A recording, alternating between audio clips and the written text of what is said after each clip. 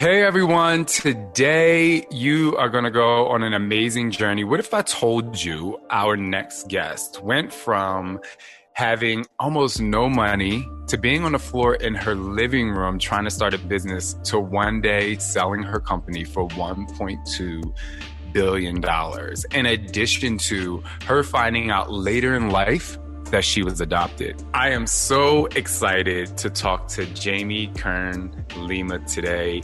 We had an incredible conversation. And as you know, this podcast is called Trust and Believe, and she is going to help you transcend into your belief, especially with her new book called Believe It. I can hold up this book and you can read this book, and then there's another level of listening to this interview and being completely inspired. So get ready to trust and believe it. Somebody say hell yeah! What's up? He's better than Oprah. Come on, y'all. This is Shaun T, and it's time to trust and believe.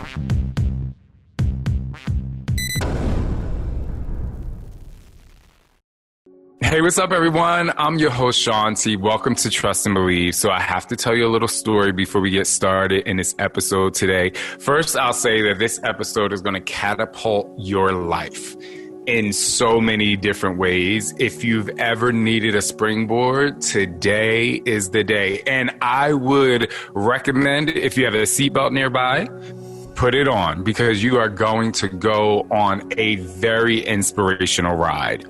But before I introduce our guest for today, I have to tell you a little story. So imagine being in New York City, and one night I had dinner with one of the most amazing inspirers in my life, Mel Robbins. And the next day I had the opportunity to go on her show. And before the show started, she says, you know what? You have to, before the show, you have to come into my green room. I have to introduce you to someone amazing. And so, you know, like typical me, I'm really excited. I'm like, who am I going to meet today? But I walked into the room and there was this incredible energy in there, and I was really driven to it. And it made me ask a question that I ask a lot of times. And I think the question was that I asked this particular day was, you know, high-low hero Buffalo. I just wanted to get a read of the room because I really wanted to hear from this person because her energy was so magnetic and powerful. And I was super excited, and Alex was excited. We were just all excited to be in the room with this person. And it happened to be Jamie Kern Lima. This journey you're about to go on is incredible. Jamie, welcome to the show. Oh, Shaun, thank you so much. I'm so excited to be here. And I felt the same way meeting you. It was like light just entered the room and I was drawn to you. And yeah, super, super honored. It's such a big moment too to share with you. And just thank you for having me and sharing this with your community. I love what you said. Get your seatbelt ready. It's perfect.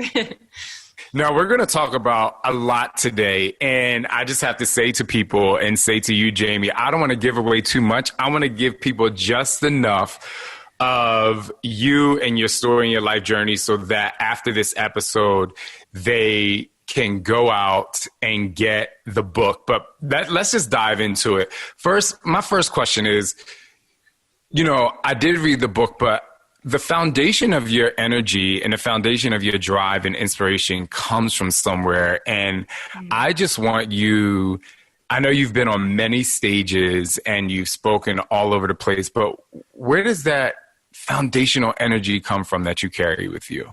I think, you know, it's such a good question. I think that of all the things I've done wrong, which is a whole lot in my journey, especially in like going from working as a Denny as a waitress to eventually, you know, building a huge company and all those kind of things. One of the things I did right was figure out exactly your question, how to kind of like get still, tune in and hear that inner knowing. And I believe every one of us has it. And I think, you know, for me, you know, no one in my family went to college. I was raised kind of, you know, very differently than kind of like this inkling I had deep down inside of the life I wanted. And I remember even in the days when I was working as a waitress at Denny's, right? And maybe so many people can relate to this who are listening. Like, I kind of knew deep down inside, like, okay, I'm created for more, in the sense of like I have more to give and more to create. And more to serve and more to see. And I always kind of knew it. And I went through this really lifelong journey though of like knowing I was kind of created for more, but doubting it anyway. And kind of my whole life actually. And maybe a lot of people out there may be in the same spot. And it's kind of why I wrote the book, because I feel like, while it's my story of going from a girl who didn't believe in herself to like believing in herself and not trusting herself, to learning actually how to kind of like break through all the self-doubt and hear that inner voice and trust it. Go from doubting I'm enough to really on that journey of knowing I'm enough. And I just think while it's my story, I feel like it's so many people's story out there, you know what I mean, who are kind of in this space of maybe too, just like I've had while working in Denny's or any other moments in my life, this kind of feeling deep down inside of like, oh, I know there's more I have to do or give or serve, and maybe I'm in the wrong job right now, or maybe I'm in a tough season right now, but like I know I'm created for more, and like their biggest obstacle is how do I stop doubting it? And how do I like step into all of who I am, right? And all of who you're called to be. And so that's kind of the whole journey in this book and all that. But yeah, it's and listen, I still have doubt enter the room. When Shaun T enters the dressing room, there's a moment where I'm like, in 2 seconds in my head, like, oh, wait. Am I cool enough? Am I in good enough shape? Am I like all those things enter? I'm like, I turn down the volume on that self-doubt. I turn it up and I'm like, oh, I know I'm a beautiful soul and a human being. So for that reason, you know, it's great me and Shaun are meeting, right? It's like a life journey of figuring out how to believe we belong, how to believe we're enough. And not doing those things, I think, is like the biggest dream killer. It's the biggest thing that, like I still get tempted and Shaun T enters the room. Oh, I'm going to shrink down and just like congratulate him on all his successes versus like show up authentically. And you know what I'm saying? And it's this lifelong journey. And like how I went from my living room with no money to $1 billion entrepreneur is figuring out how to get past all that crap we hear in our own heads, right? Hey. I was going to say to you, you were on the living room floor with your laptop, with your partner, your husband, and you went from the living room floor not knowing really how you were going to build your bank account from the little money you had to selling your company for $1.2 billion. Now, I want people to know I'm not a person that chases a number. And I thought it was really amazing that you let the cat out of the bag first, because you really proved to people that it's not about the number. It's about the journey and everything that comes in between. And so, you know, I saw that. I still get the chills knowing that you did that and you went from where you went to and you talked about love and you did all these things. And so I'm going to ask you a really tough question. Yeah. Your book is called Believe It, which I love because I think, you know, I trust and believe. Yes. But if you can describe the internal journey in one word, what would it be? Like going from the living room floor to selling the company that day, that was like so crazy. How could you describe it in one word? And then I have a few more questions for you, obviously. I would describe it as transcend. Transcend, because it was a God-sized dream that was years of everyone saying no in some of the most painful ways. It was many years of like thinking, oh my gosh, this product works. It's just going to, you know, all those things.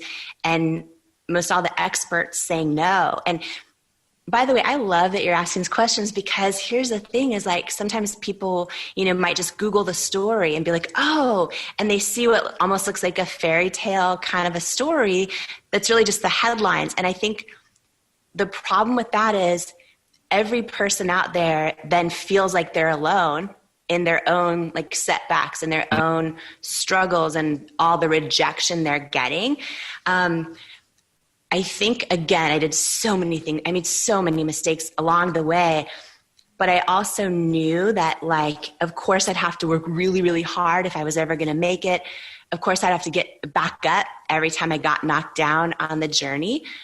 But I knew if I was going to make it, like, the most important thing came down to me believing that I could. And for me, and here's the thing, a lot of times we hold ourselves back because we say things to ourselves like, oh, I'm not qualified, or, oh, I feel this like dream on my heart to whatever it is, launch a podcast, whatever it is. But it's like, oh, but I'm, don't know how, and I have no connections, and all the things we tell ourselves. And for me, in a way, it almost made no sense that I created a beauty company, right? And just the idea of it, because I didn't know anything about it. I knew no one in the industry. But every time I get still, like for me, and no matter what people believe, whether it's they're hearing the universe talk to them or God talk to them, like for me, I hear it through my own intuition and my own gut instinct. And every time it felt like this like God-sized dream, right? Like that I needed to do this. And really quick, just to give like a 30-second context, I thought I was going to be a journalist my whole career, because I love other people's stories. So I was, and I'd always dreamed of hosting a talk show since I was a little girl. So, and Oprah was my mentor every day of my life growing up, right? Like all that. So I thought, that's what I'm going to do my whole career. And I was working as a TV news anchor, and that's when I started getting this hereditary rosacea, which for people not familiar with it, it's like if you imagine touching your cheeks and they feel like sandpaper and bumps everywhere and bright red. And so I'd be anchoring the news, and I would hear from my producer into my ear live on television, like, there's something on your face. There's something on your face. You need to wipe it off. You need to wipe it off. And I knew there wasn't anything on my face. And I went through this season of like, oh my gosh, are people going to change a channel? Am I going to get fired? All those things. And I started trying to find makeup that would work. And a couple things happened. And this is something like everyone listening, no matter their dream, no matter where they're at right now, right? A lot of people talk about like, what's your why for doing it, right? Not just writing out your goals, but like, what's your why? And for me, something happened that helped me sustain through years and years and years of no's and no money. And that was that I didn't just get a why for like, oh my gosh, let me create makeup. It was like a why, deep, deep, deep why. And here's what I mean by that.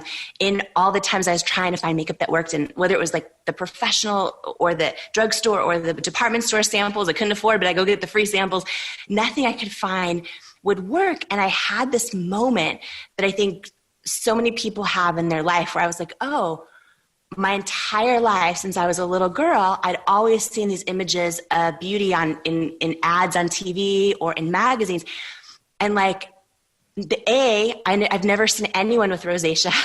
B, I don't even know if they're wearing the product that they're advertising. And then also it's like, oh, wait a minute. I kind of realized not only have I never seen anyone with skin challenges in these ads, my whole life as a little girl, like I always aspired to look like those ads. And yet at the same time, they always made me feel like I wasn't enough. And I had this big aha moment. Like if I give up my dream of being a talk show host, and I'm in this dream job as a news anchor, because here's the thing, sometimes it's as important to know when to give up on a dream as it is to go after a new one. And I just felt like something just spoke to me so deeply that, okay, if I can figure out how to make a product that works for me, it's probably going to help a lot of other people. But more than that, what if I create a company that uses like real images and calls them beautiful models, like real women and men and all skin types and tones and sizes and shapes and ages?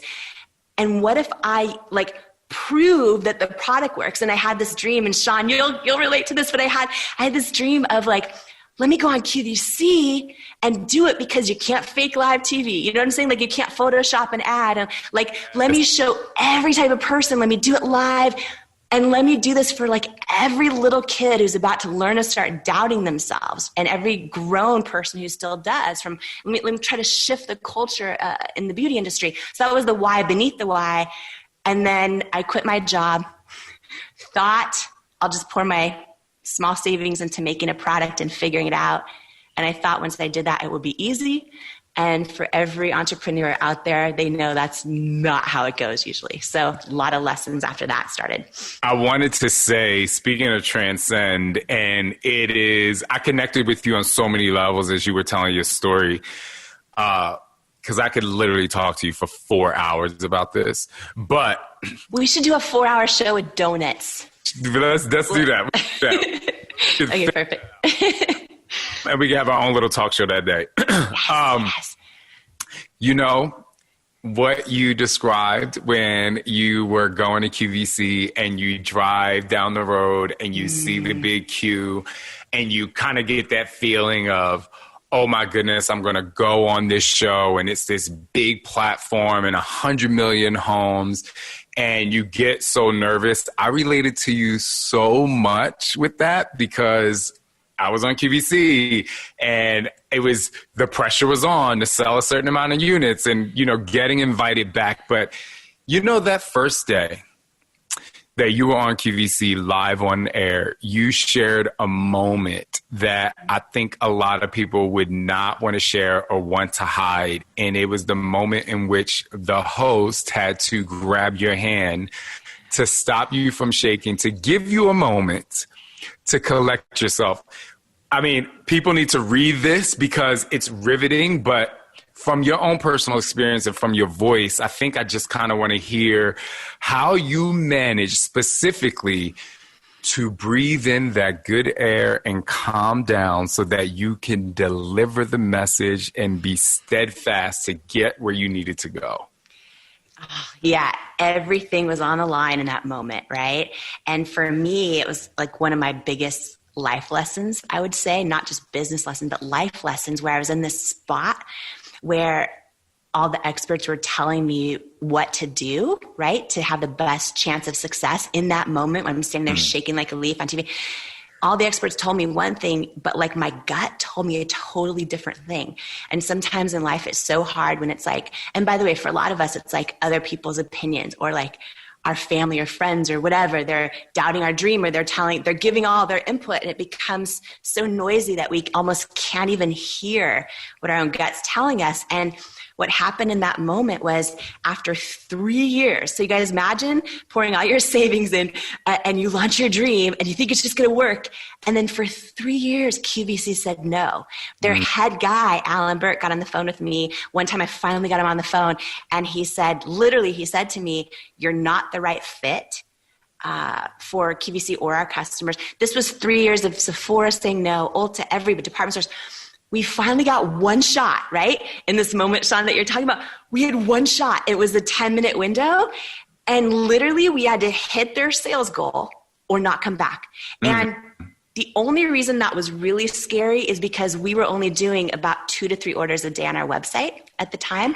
And so we were barely, we were like eating the $1 hot dogs at Costco. That was like dining out, which was a gift because they taste good. Like all those things, right? Like that's where we were. And we finally, it's a crazy story, which I share in the book, how we got this one shot on QVC finally.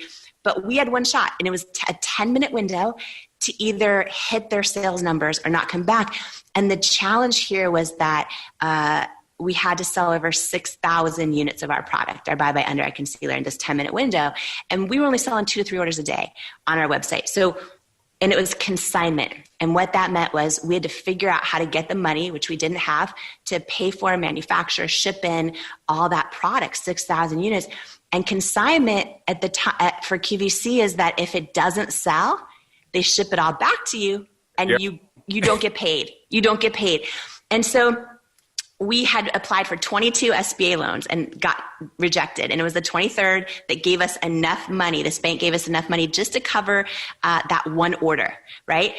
And for QVC. And so we had met with these third-party experts, and they're awesome. They help a lot of people sell really well on TV. And they all told me the same thing, which is like, okay, if you want your best chance of success, here's what you need to do in your segment. Here's the kind of model you need to use.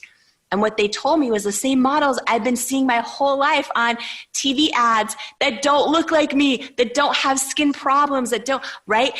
And I'm like, and all the same age. And I'm just like, and I would argue with them and say, okay, but like, that's not my authentic why for why I created this. And like, what if I just like take my makeup off on national TV and show my bright red rosacea and like prove the product works and show, you know, models of all different ages and sizes and skin tones and skin challenges. Like, cause then if I'm sitting at home, let's say I'm sitting at home and I'm 70 years old and I'm like, you know, don't like my hyperpigmentation, whatever it is.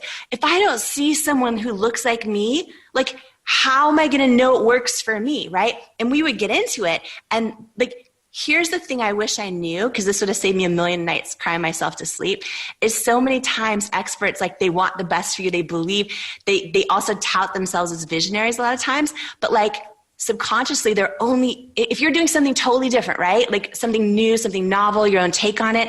Like so many experts are only capable, and they would never admit it, but they're only capable of thinking something's going to be successful if they've already seen it succeed before, right? So like, it's so hard when people don't believe in our dream or don't think it's going to work. And especially in this case, I put these experts on pedestals thinking like, oh my gosh, they've helped so many people. So meanwhile, really fast. Yeah. Note of that. And I just I would love if you allow me to read this quote. I thought it was amazing. Where is it? You say in the book, to venture into unmapped territories, sometimes we have to take the experts off the pedestal we've created in our minds for them and put our intuition onto one. That is like, I just was like, yes. Anyway, I just wanted to I wanted people to hear that, because it was just such a powerful moment as I was reading. If I look down, it's because I have notes and you're saying something. Oh, and I want to give this quick little plug if I can. So for years and years, I was like, I wore makeup in my very first workout videos, and I was like, I'm never wearing makeup again, specifically for the reason that it would be like cracked and I would look back. It's not that I didn't want it to, beautify my face. And as a male, like, I don't have a problem wearing makeup. Yeah.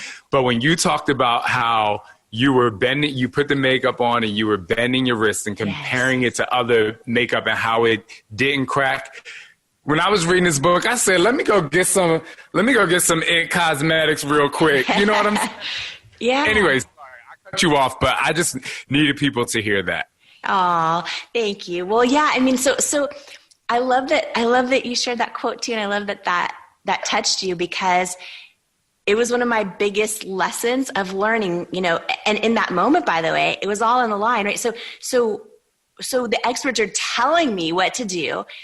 I don't have the luxury of trying it both ways. And I flew out to QVC a week early, sat in that parking lot, and I literally just sat in this rental car and I stared at the front door, and I watched people go in and out all day long. And I sat there and I cried and I prayed. It felt like it was so heavy, because I knew the next time I walked through those doors, like I was either going to walk out with my whole life changed, or I was going to walk out bankrupt and out of business, also with my whole life changed. And I just sat in that car and I was like literally praying and crying. So I was like, it's so tempting when it's easy to go, oh, this is what I stand for. But like when your whole business is on the line and you don't know if you're going to, it's really tempting to go, oh, well, maybe they're experts for a reason. And listen, experts are amazing to listen to in so many cases. And the way I decide who to listen to is I check in with my gut. And it's like, oh, does this feel right? Do I feel peace about it? Do I feel like, yes, this is right? And in this case, I didn't. I sat there in that car and I knew they were giving me the best advice they could. They wanted me to win, right? But my gut kept telling me they're wrong. And when we have those moments in life, it's really freaking scary and it's hard. And I just sat in there and I just imagined the women and men watching QVC. That I imagined the moment, if I was going to get 10 minutes and people were going to spend their precious time turning their TV station on and watching me, like what did I want to stand for, right? And it came down to this moment in the car. For some reason, I imagined like this single mom in Nebraska folding laundry who was like too busy to remember that she mattered and that she's beautiful and all those things. And I was like, you know what? I'd rather have her turn her TV on, not even buy anything, and see me showing models that look like her. And I'd rather do that than like sell a ton of product and stand for nothing. And so it was like I knew what I had to do, but sometimes we know and it's not easy. And I remember, Shaun, the moment you're talking about. So that I'm standing there in a live studio, right? And the 10-minute clock is going and it's about to start counting down. And it's like, boom, 9:59, 9:58. I'm freaking shaking. And I'm not even nervous for TV, but it was the fact that my whole company was on the line. It was coming down to this moment.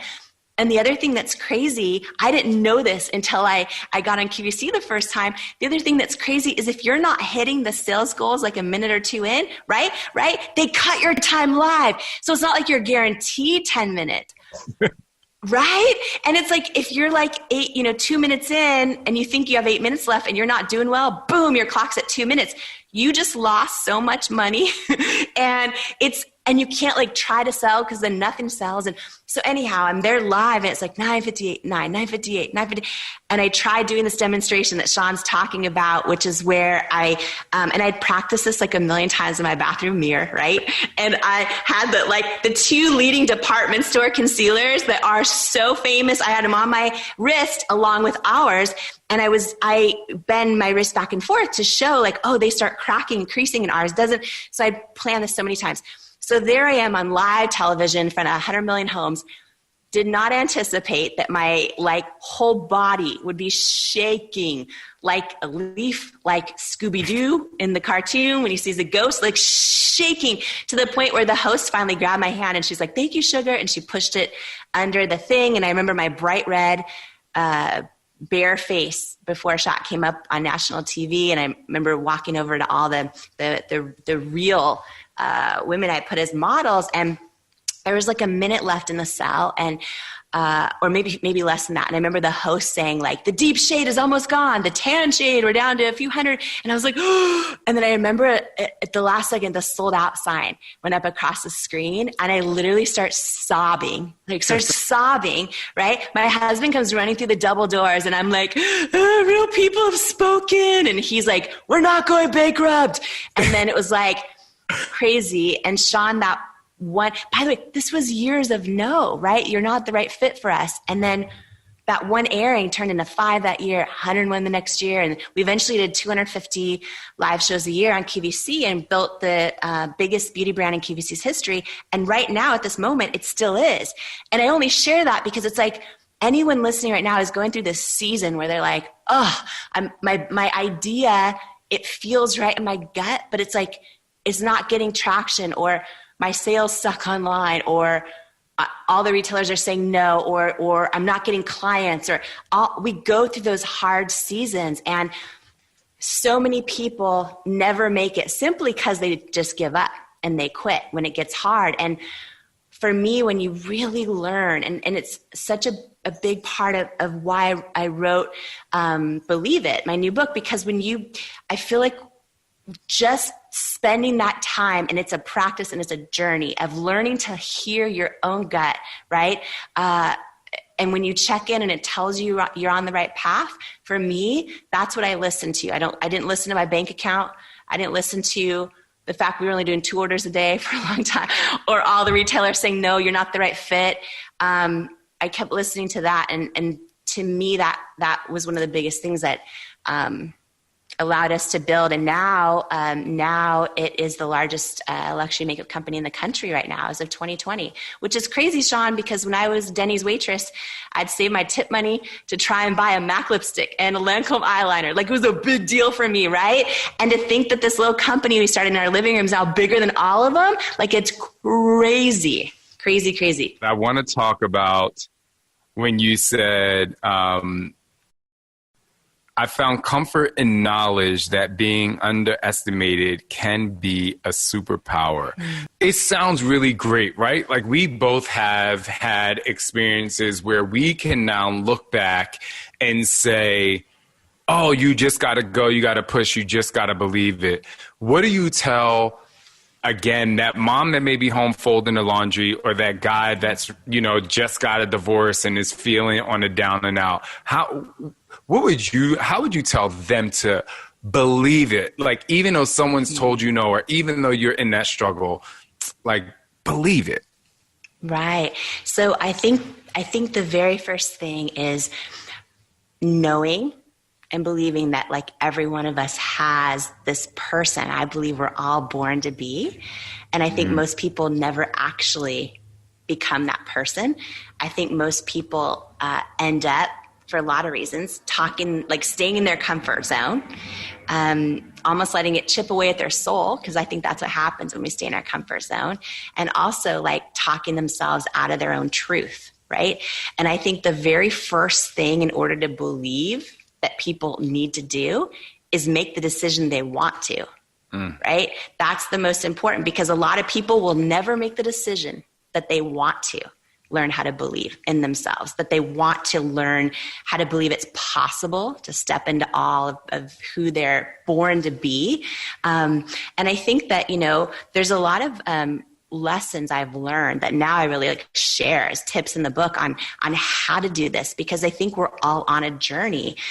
Once we decide, you're like, yeah, I want to, become the person I was born to be step into all of who I am, then there's a lot of, it's a journey, a lot of things we need to do. So, one quick story, and then some tips on what to do for that is, on underestimated is, for me, I feel like I've always been underestimated for whatever reason. And I think sometimes when we're kind to other people, we instantly are underestimated. I think sometimes, you know what I mean? And I think that, one moment, for example, and I think you can use people's underestimation as fuel. And I think sometimes it becomes 360, and it really works as grace in your own journey. And some people might say, a lot of people say, oh, well, things happen for a reason, or the universe is always right, or God always knows what he's doing. And there's a lot of, if you're someone that's always underestimated, I don't think it's an accident. I think that it's actually supposed to be part of who you are on your own journey, and the things that you become strong enough to overcome and smart enough to overcome, right? And one example is, this was before our launch on QVC. We're a few years into this company. I'd started in my living room, thought it was going to be, great. And meanwhile, we got down to under $1,000 in our bank account, which was our personal and our business bank account. I don't know, Shaun, if you've ever, I would go to the ATM if I needed $20, and I'd hit no receipt, right? I couldn't stomach seeing the receipt. And, yes. Yes. Right? And we finally got this call that I thought was life-changing from a potential investor, private equity company. And they loved our product. And I was like, oh my gosh, Shaun, this is going to be huge, because this particular private equity company had created, or I should say invested in and built a lot of the products we buy at the grocery store. And they turned in a lot of consumer products from unknown into big household names, huge companies. I was like, oh my gosh, if they invest in us, A, we're not going to go bankrupt. B, what if they can use their leverage to get us into all these retail stores that are saying no? I was so excited. And so we started doing meetings with them, and meeting after meeting, we started the diligence phase, which is when we show them all of our projections and the future products we want to launch and all that stuff. And I remember the final meeting, and I thought this is going to be life-changing. My husband and I flew up to this meeting, and we were standing 3 feet from the head guy. And he said to me, we really love your product. product, and we want to thank you for everything, but it's a no. We're going to pass on investing in your company. And I said, and I was so used to hearing no at that point, right? So I was like, okay, but can you share why? Like, and because feedback's usually a gift. And he was literally like 3 feet from me, and he says, do you want me to be honest with you? And I said, yes, please. And then he literally looked at me and he said, I just don't think women are going to buy makeup from someone who looks like you, with your body and your weight. And I remember as he was saying this to me, I remember like I felt my whole body flood with like a lifetime of body doubt and self-doubt. And it was so weird because I didn't get mad or even hurt in that moment.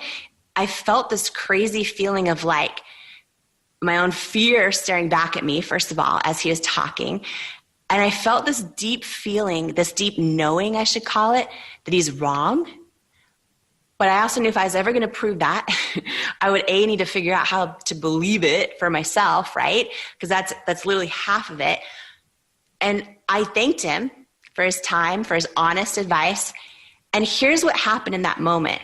And by the way, I think this is the defining thing for so many people out there dealing with rejections and how to handle them. Our human nature, our humanness wants to go to a victim mentality, anger, all those things. Like, oh, F him, what a jerk, like all those things, right? But it was like, of all the things I did wrong, this is one of the things I did right, where I was like, oh my gosh, it hit me. He was passing on investing in our company because of my weight. I was like, wow, he is as much of a byproduct of the beauty industry his whole life as I am, right? It's like, wow, he's making business decisions because in his whole life, he's just seen one type of beauty on TV or in magazines, and he doesn't believe any other way will make him money.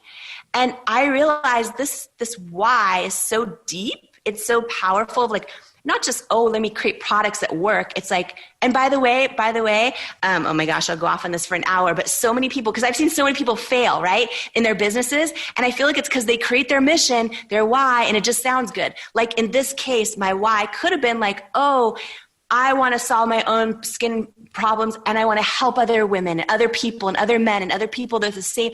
And that would be a great why, and it would sound really good. But it wouldn't have been deep enough to keep me going in all those hard years. And a lot of people have these whys that sound great, like, oh, I want to pay for my kid's school one day, or I want to buy a house. And like, those are great. And if you tell someone else that why, they'll think you're amazing. But literally, it's not deep enough to the core of pain inside of you that's going to keep you going during all the hard times that face most of us, right? So like in that moment, he was obviously completely underestimating me. I also knew I'm also underestimating myself and have to figure out not to. But I turned it into like fuel for that like deep why, like the real why I needed to keep going.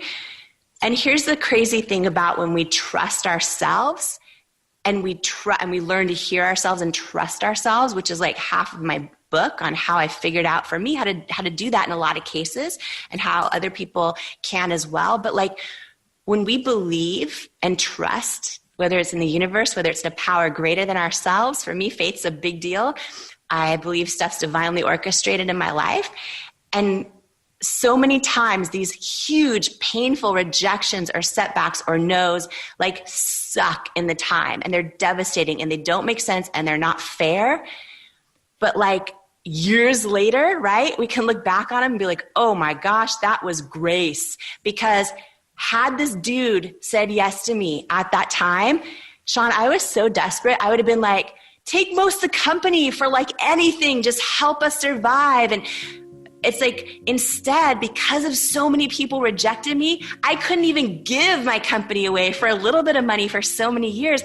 And then by the time, fast forward many years, and we did bring on some investors toward the end, but fast forward to 2016, when L'Oreal bought our company, I was still the largest shareholder. And that changed my life, right? And had he said yes to me back then, like, who knows what I'd end up owning. And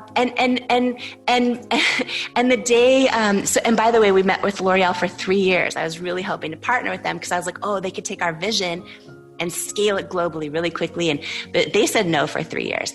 And when it eventually was a yes, L'Oreal announced that it was their largest acquisition in U.S. history, and it was this all cash deal and this big thing. And I got an email from that guy, from that investor, the day of the deal, because it went on the Wall Street Journal online, the homepage and all this stuff. Mm-hmm. And he said, congratulations on your deal. I was wrong. And also I learned it would have been the most successful investment in his company's history had he said yes, right? But he underestimated me. You talk about your why running deep, right? And it sounds good. But I think you proved that when it wasn't just about you.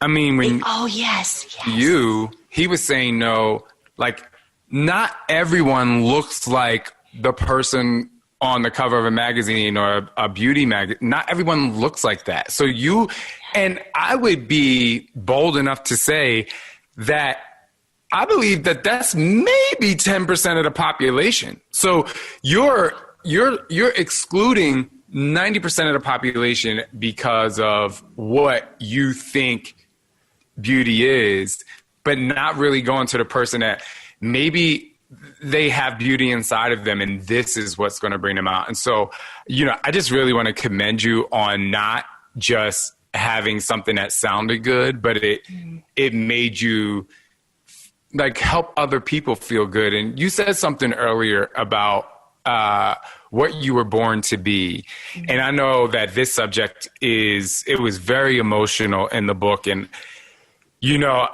as a person that never met their biological father before, you also transcended finding out a secret that would devastate most.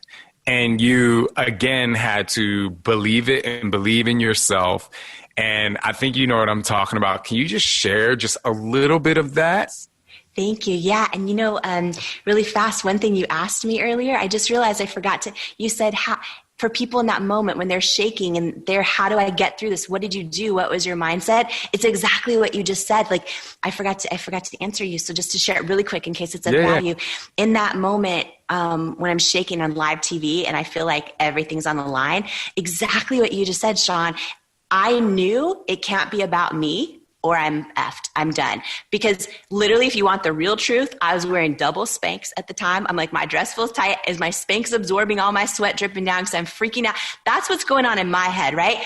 And if I stay, there's that famous saying, if you stay in your head, you're dead, right? I knew this is not about me or I'm going to fail. And it was like in that moment, that's when you dig deep and you call on your why. It's like, oh, this is like for every person out there watching who deserves to see who deserves to see me calling real people beautiful and meaning it. Like that's what it was about. And so in that moment, the only way I got through it and didn't fail was like, I had to make it not about me. It had to be about something so much bigger than me. It was just too much pressure to handle. I think I couldn't have made it through, let alone connected in an authentic way where people are going to keep their channel on me, not turn it off, and consider buying the product, right? And that's the thing and that's the other thing is your mission has to be so authentic, because had I shown up with this why that was great, but not like the deep core, I don't think people would have connected the same way. And anyways, so I go deep in the book on some personal stuff. I would say 95% of this book I've never shared are stories and lessons I've never shared before. And I was wondering, I was saying to myself, I was like, I wonder if anyone has ever heard, because this is like really powerful stuff that can it's almost like us in a positive way, a smack in the face of like, wow, if Jamie can accomplish what she's accomplished while going through these challenges, I know I can too. But yes, this is very personal. And if you want to share just a little bit of it, I mean, again, in the book, you go so deep that this isn't going to ruin anything, but I would love for you to share. Yeah, thank you. Yeah, and I really try to share the lesson in all of it. And a lot of times it's a lesson I wish I knew sooner because I would have saved a lot of time, a lot of money, a lot of tears. But yeah, I mean, in my 20s, my mid to late 20s, I found out completely by surprise, and I wasn't supposed to find out, but I found out I was adopted. And I literally had no idea. And I was in shock. And I think sometimes in our family, we think we're close, or maybe it's a relationship or a friendship. We think we know that person. We think we know everything. We think we can trust everything. And they pull the rug out from underneath us. And you go through this season of like betrayal and, in this case, who am I? Where do I come from? Mm-hmm. All these things. What else don't I know? Like, how is this, my mom I love more than anyone in the world. How has she kept this from me?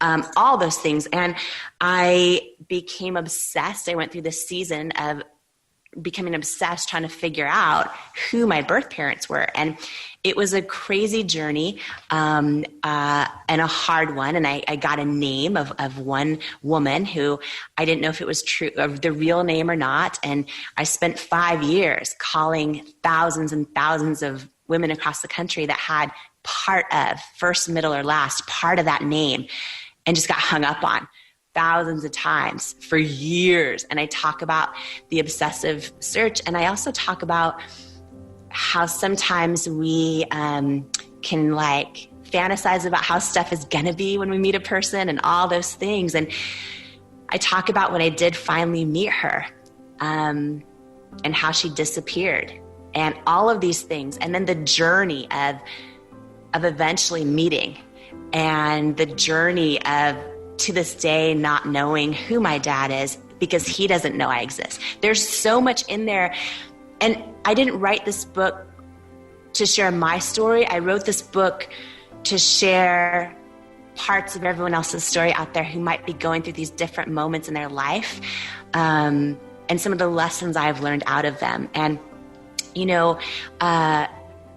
there's a really big spiritual lesson for me in the very end of this book as it pertains to years of every time I see a guy on TV Googling to see if maybe he's my dad. Like all these things for years. And I had this huge moment where I realized like a deep spiritual knowing where it's like, oh, and this is for everyone out there who maybe doesn't know who their dad is either, or doesn't like their dad or any of those things, right? For me, it was like, oh, A, God is my father.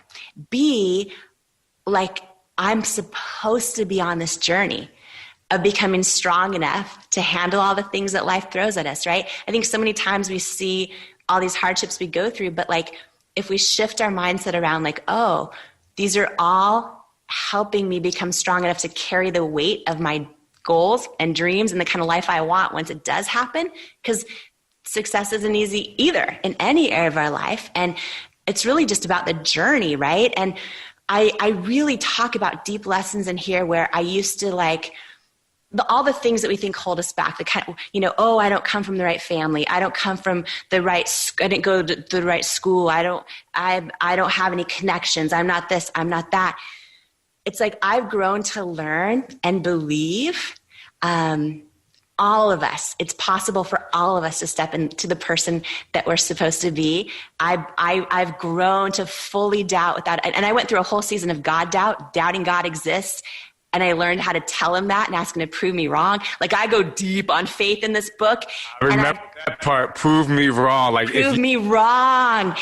And here's what I know and what I believe. Like, I believe God does not just show up for perfect people who whatever, because so many of us think like, oh, it's too late or this, or I'm too flawed. For me, it was I've made too many mistakes. I'm too flawed to be worthy of God showing up for. What I know beyond a shadow of a doubt is I think God delights most in showing up for imperfect people who ask him to. And I believe he doesn't make any mistakes, but I believe every one of us has stuff we need to change on this journey. And I'm just going to say it. I've never said it before. I don't even care. Every one of us has stuff that on this journey to stepping into all of who we are and called to be. I think God gave us all the things we need to change on purpose. And I don't think any of them are a mistake. And some of us, we need to change our mindset. And some of us, we need to get over the genetic stuff that we're, predestined to be, whether it's anger or all these things. For some of us, we need to change the body we were born in. I think for all of us, it's part of our journey of us learning to listen to our truth, knowing who we are, who we're called to be. And I think it's all perfect. I think it's all what we're supposed to go through on that journey of learning to know our knowing and our truth, not talking ourselves out of our truth, and stepping into all of who we are and all of who we're created to be. And so really, like, whether it's the journey of that big family secret or, feeling like the rug's pulled out from underneath us, or, and I know we shared this in common, the journey of surrogacy. Shaun, I did not know how to trust another human being. And I talk about this journey of adoption and surrogacy after not being able to get pregnant for 10 years. And it's wild how the things we go through in life can feel like setbacks, but really they're setups for like the things we're supposed to learn, the lessons we're supposed to embrace. And my whole life, I just thought like, oh, I don't need to depend on anyone else. Like, I don't need a man. Independence is a badge of honor. I am a lone wolf. I'll count on me. I'll show up for me.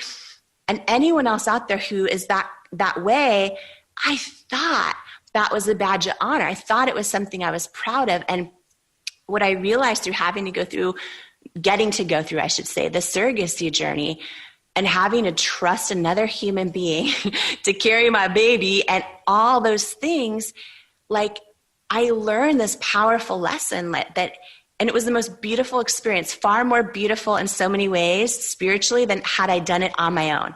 And I also learned about myself, and maybe some people listening will learn this too, especially in some of the stories in the book, but I learned that, like, being a lone wolf, like, isn't a badge of honor. For me, it actually came from a deep-seated insecurity that I wasn't worthy of other people showing up for. And so I actually just thought in my own head, oh, no, I'm independent. So through the surrogacy journey and I learned life isn't meant to do alone. And it was a really powerful journey. So I would like to say, just a little personal story. So I'm going to get a little upset, but I was having a really tough time earlier this week. And I was texting Alex, our producer. I was just like, my husband asked me, when's the last time you felt like whole? And I said to Alex, because we started reading books in the beginning of the year. She started reading like a book a week, and then I soon followed. And I was like, it was when I was reading a book a week. And it just so happened that today I was going to be interviewing you. And it was the first book I picked up since the pandemic where I got completely derailed. And so this was like the first time where I felt like I was getting lots of inspiration and motivation. And I felt like there was like sort of like a mirror of someone like saying, like, use your superpowers, you can do it. And that's why I want everyone to go out there and get this book. I mean, it really makes you believe, even to someone who has a tattoo on their arm. I mean, I've never read a book in one day. And so until yesterday, and I purposely waited. Well, I was going to read on Saturday, but I didn't have any kids because of what we're going through, and I knew I was going to like power through this. And so it was just like, your book was so needed at this time, and it just was like full circle on how I met you in a room, and I felt your energy, and I felt your energy in the book the same way. So I just want to say thank you so much for sharing your story. For making me not feel so alone. And I know that people who are listening to this podcast or watching it, if they don't know who you are, I hope you all get to go follow Jamie Kern Lima and just really get this book and grab a cup of tea and tell people, this is my personal time, this is my selfish time, and read this book. And with that said, I'm going to let you close this podcast out because I feel like I want to hear some of your words. Oh, I love you so much. I'm like, I can just cry my makeup off. I love you. I love your heart, right? I think that's why millions of people love you, because you show up fully, authentically. And I think that I went through a season of doubting myself. And I think for anyone out there, you know, listening, who's like, oh yeah, I love Shaun because he's like shows up authentically, right? Like all of us have that power to do that. And I feel like this book is really for anybody who wants to maybe go from doubting themselves to learning how to trust themselves and believe and know they're enough. And anyone on that journey who, you know, wants that boost into and tips and lessons into stepping into all of who you are, all of who you're created to be. And also, Shaun, just to celebrate too, just to share with you as well, the book is Believe It, and for the big launch week, just to, oh, look at your coffee. I'm going to cry. I love it. You have the advanced early, you have the insider coffee, Shaun tea. But the website, this is so for your whole community, anyone who does decide they want to pick it up, we're giving away tons of free stuff. You can buy it anywhere books are sold, doesn't matter where. And on the website, believeit.com, which the book is called Believe It, I'm giving away my first ever course called Becoming Unstoppable, How to Overcome the Things Holding You Back. And then there's a amazing workbook that helps you implement all the lessons from the book into your real life. So we're giving those away for free just through launch week, though, just through launch week. So if you do want to pick it up, just go to believeit.com, anyone that's in Shaun's community. And I'm so excited. I'm so grateful to share all this with you and everybody listening. Well, thank you. And to everyone, like I always end this podcast, and clearly Jamie co-signs with this message, always trust and believe in who you are. Thank you, Jamie, so much. Thank you. Thank you so much, Shaun.